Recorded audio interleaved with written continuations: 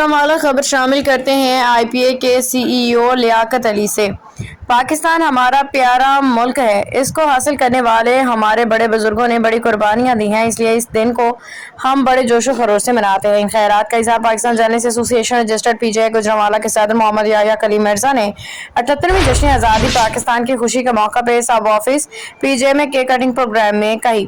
انگریزوں کے قبضے سے پہلے برصغیر میں مسلمانوں کی حکومت تھی۔ انگریزوں سے آزادی حاصل کرنے کے لیے مسلمان مسلسل کوشش کرتے رہے۔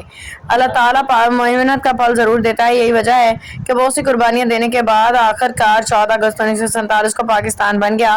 اس دن برصغیر کے مسلمان انگریزوں کی غلامی سے آزاد ہو گئے اور اپنا ایک الگ ملک حاصل کیا۔ اس موقع پہ میاں جاوید بھٹو سینئر نائب صدر، چودھری عبدالغفور کمبو نائب صدر، قاسم شیخ نائب صدر، محمد شہزاد شریف جوائنٹ سیکرٹری، مشتاق کمبو و دیگران بھی موجود تھے۔